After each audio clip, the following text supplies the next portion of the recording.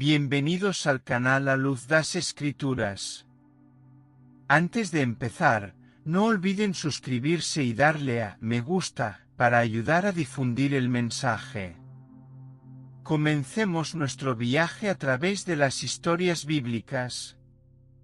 Filipos, la ciudad que nunca duerme. Evodia nació en Filipos, una ciudad que parecía no dormir nunca. Era el sonido de las monedas, los pasos apresurados sobre el empedrado, las voces fuertes que mezclaban griego y latín. La ciudad latía como un corazón inquieto, llena de soldados romanos, mercados bulliciosos y templos dedicados a dioses que parecían no escuchar a nadie. Creció en este entorno, hija de una familia sencilla, acostumbrada al ajetreo de la vida y a la mirada siempre atenta de los soldados. Pero Evodia no era de las que pasaban desapercibidas. Desde pequeña, tenía una mirada fija y una curiosidad que ni siquiera las murallas de la ciudad podían contener. La llamada que comenzó con el silencio. Escuchaba las historias de los ancianos como si masticara cada palabra, haciendo demasiadas preguntas que dejaban a los adultos sin palabras y a sus compañeros de clase sin palabras. Los días transcurrían entre las tareas domésticas, el bullicio de la plaza y esa extraña sensación de que algo más la esperaba más allá de los polvorientos confines de Filipos. Su nombre, Evodia, que significaba buen camino o buen viaje, era casi una provocación del destino. Cada vez que alguien la llamaba, era como si sembraran una idea en el aire, que iba a algún lugar. ¿Pero a dónde? ¿Y por qué? A veces, el silencio hablaba más fuerte que cualquier sermón. De madrugada, cuando el sueño la eludía, Evodia se encontraba mirando al techo oscuro, escuchando los ecos de su propio corazón. Había una inquietud que no desaparecía. Como si el mundo a su alrededor fuera un escenario prestado, y su verdadera historia aún no hubiera comenzado. Era un silencio que no oprimía, sino que llamaba. Como un susurro del cielo, diciendo, hay más. Mucho más. Evodia aprendió a reconocer esta llamada en los pequeños detalles, en la forma en que la luz incidía sobre las piedras de la calle, en cómo el viento doblaba las páginas del antiguo pergamino de su abuelo, en las pausas entre una pregunta y otra. Se sentía apartada, como si el tiempo contuviera la respiración esperando su decisión. La fe aún era territorio desconocido, pero la sed de verdad la habitaba desde hacía mucho tiempo. En el mercado, entre los puestos y las negociaciones ruidosas, oía frases de viejos comerciantes que, sin saberlo, repetían fragmentos de sabiduría olvidada. En la mirada de una madre cansada, en la perseverancia de un alfarero moldeando arcilla, todo parecía susurrar sobre un creador más cercano de lo que prometían los templos. Evodia aún desconocía su nombre, pero su espíritu lo buscaba como quien busca a tientas en la oscuridad una vela encendida. Una vez, sola, sentada a orillas del río antes de encontrarse con Paulo, lloró sin saber por qué. Era una lágrima sin tristeza, un llanto puro, como si algo se desenterrara en su interior. El agua corría ante sus pies y sintió que su vida también estaba a punto de tomar otro rumbo. Dios seguía siendo solo una premonición, pero era tan real como el viento. Y ese llanto fue la primera oración.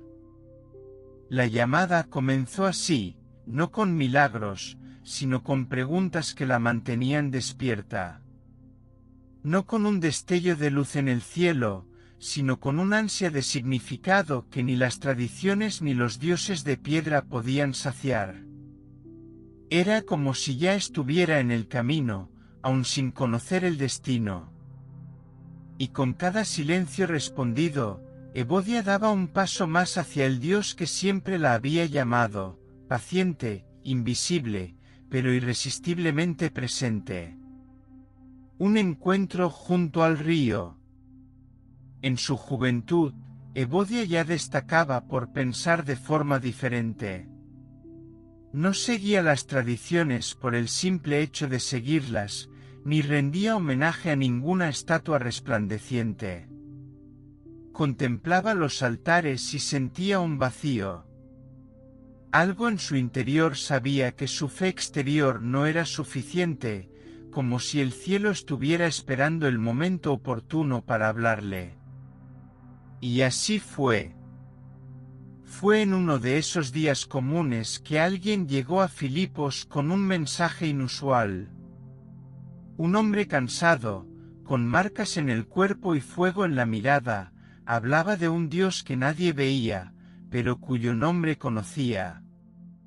Era Pablo, y el nombre de Jesús le sonaba extraño, pero seguía resonando como una campana en el corazón de Evodia. Fue a la orilla del río, donde la gente se reunía lejos de la mirada de los soldados. Allí, un grupo escuchó hablar al hombre. No gritó ni hizo promesas vacías. Pero cada palabra era como si estuviera grabada en el corazón. Evodia se quedó quieta, escuchando, y ese día, creyó. No sabía el nombre de ese hombre cuando lo vio por primera vez. Solo notó que algo en él era diferente. No era su apariencia, era un hombre común, incluso frágil, con signos de un largo viaje y dolores mal curados. Lo que me llamó la atención fue su forma de caminar, como si cada paso estuviera guiado por una certeza que Evodia siempre había buscado y nunca encontrado en los maestros de la ciudad. Cuando hablaba, el murmullo del río parecía cesar solo para escuchar. ¿Sus palabras no salían simplemente? Las de su boca provenían de las marcas en sus manos, de la forma en que miraba a cada persona, como si pudiera ver más allá de su rostro. El Dios que hizo el cielo y la tierra no habita en templos hechos por manos humanas, dijo. Y eso atravesó a Evodia como una flecha. Eso fue todo. Lo que sentía, en el vacío ante los altares, la extrañeza de las frías estatuas, la sensación de hablar con la nada, ahora todo tenía sentido. Dios no estaba lejos. Estaba allí. Mientras Pablo hablaba, otros asentían, algunos lloraban, otros simplemente escuchaban. Pero Evodia sentía como si le hablara directamente a ella. Le habló de un hombre llamado Jesús, traicionado, crucificado, resucitado. Un rey sin corona de oro, un siervo que lavaba los pies a otros, un Mesías que había muerto por amor. Esto no era religión, era revelación. Era como si su alma escuchara una música antigua, olvidada hacía mucho tiempo, pero que siempre había estado dentro de ella. En esa orilla del río, no había ningún milagro visible. Nadie sanó, nadie cayó al suelo. Pero Evodia se fue con una visión diferente del mundo. Las piedras de la ciudad, el olor de los mercados, el ir y venir de los soldados, todo parecía más pequeño ahora, porque algo eterno se había plantado en ella. Y ese algo tenía un nombre, fe. No una fe heredada ni repetida, sino una fe viva, despertada por un encuentro que nadie en la ciudad entendería, pero que ella jamás olvidaría. Unos días después, regresó al río, no por curiosidad, sino por sed. Escuchó más. Hizo más preguntas. Lloró más. Y cuando fue bautizada, sintió que el río lavaba mucho más que su cuerpo, lavaba la vieja historia que cargaba, los miedos, las preguntas solitarias, la culpa silenciosa. El río se convirtió en un altar, la orilla en un templo. Y Evodia, que había buscado respuestas durante tanto tiempo, ahora llevaba dentro de sí una verdad más grande que el mundo. La casa que se convirtió en iglesia. No fue un espectáculo. No hubo truenos ni relámpagos. Fue como si una puerta, que siempre había estado allí, se abriera lentamente. Y ella entró.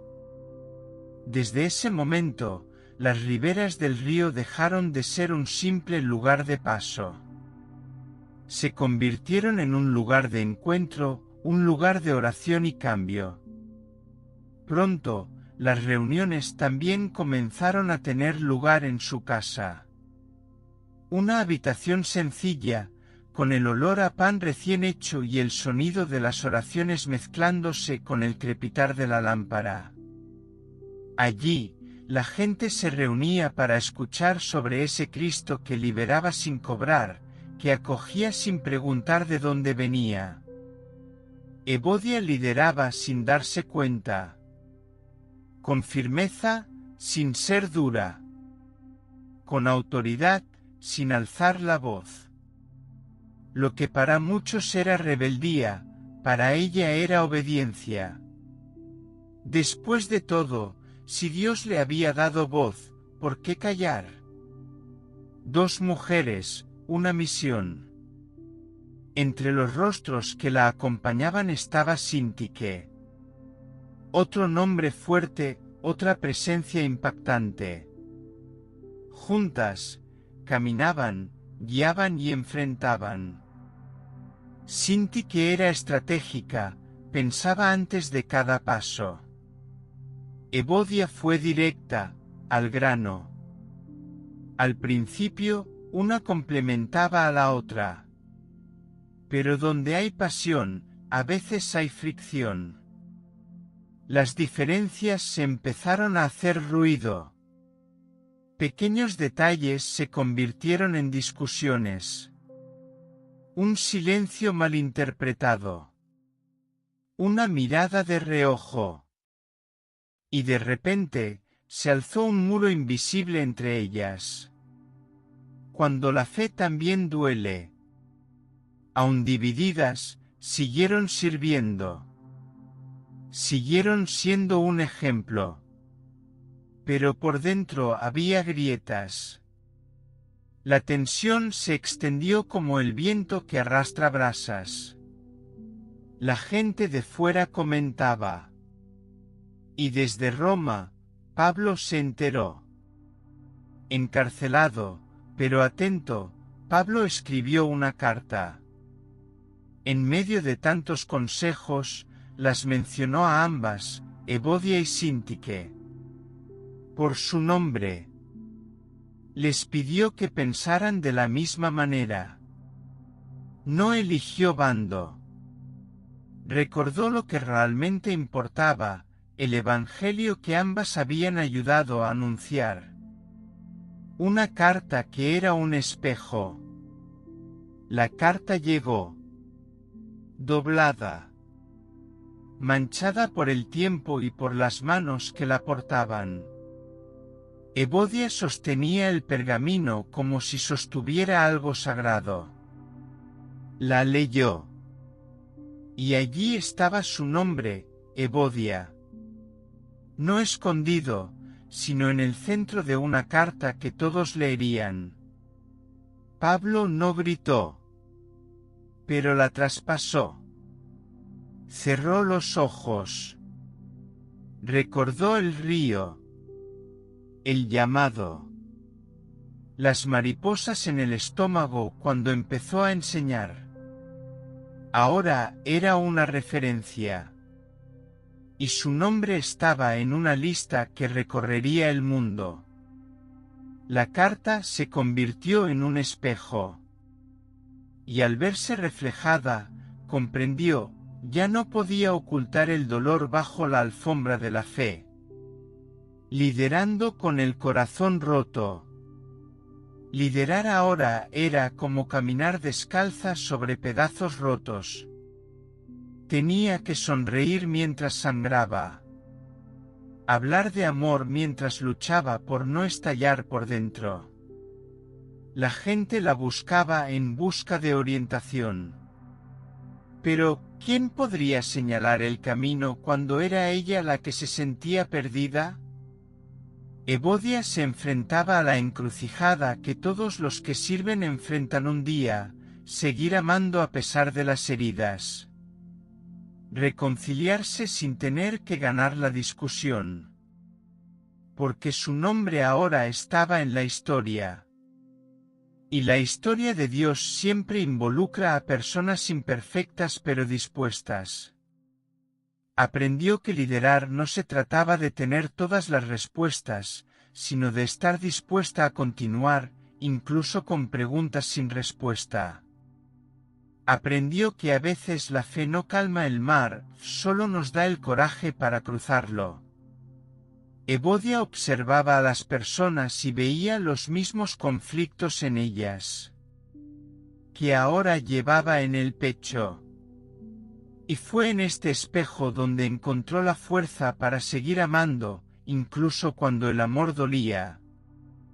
Los encuentros con Syntyche, antes llenos de risas y planes, ahora eran silenciosos. Pero Evodia empezó a comprender que el silencio también podía ser terreno fértil. Que el perdón no empieza con palabras, sino con el quebrantamiento. Y poco a poco, en susurros en la oscuridad de la madrugada, empezó a pedir algo nuevo, no tener razón, sino sanar. No necesitaba un escenario, necesitaba paz. Él no buscaba aplausos, buscaba reconciliación. Porque el verdadero liderazgo, el que viene del cielo, nace de corazones rotos que no renuncian a amar. Y fue en este terreno sagrado de dolor donde Evodia volvió a florecer. No con la fuerza que tenía antes, sino con una fuerza más profunda, la que nace de saber que Dios todavía escribe con renglones torcidos y manos cansadas. Cuando la carta de Pablo se leyó de nuevo en la asamblea, Evodia sintió una nueva calidez en el pecho. No era vergüenza. Era esperanza. Su nombre, impreso en ese mensaje, ya no era solo un recordatorio de un conflicto, sino una señal de que Dios se preocupaba. Que Él veía. Que quería restaurar. Que incluso los muros entre hermanos podían convertirse en puentes hacia algo más grande. Y así fue, con lágrimas en los ojos y un corazón necesitado de reforma, que una mañana se acercó a Syntyche. No pronunció palabras mágicas. Pero el abrazo fue largo, sincero, y las lágrimas fluyeron libremente como el río donde todo comenzó. Evodia aprendió que liderar, al final, es ser el primero en inclinarse, el primero en perdonar, el primero en amar, incluso con el corazón roto. Destellos. Si esta historia te conmovió, suscríbete al canal, dale me gusta y compártela con alguien que también necesite que le recuerden que Dios todavía usa corazones rotos para construir cosas eternas. Destellos. Cara rezando oración del día. Señor, incluso cuando mi corazón esté herido, enséñame a seguir amando. Incluso cuando me sienta débil, recuérdame que tu fuerza se perfecciona en mi debilidad. Usa mi dolor como semilla de restauración, y que nunca olvide, tu llamado no depende de mi perfección, sino de mi voluntad. Amén. Si quieres, puedo continuar con la historia de Evodia y Syntyche en otros episodios, quizás mostrando los frutos de esta reconciliación.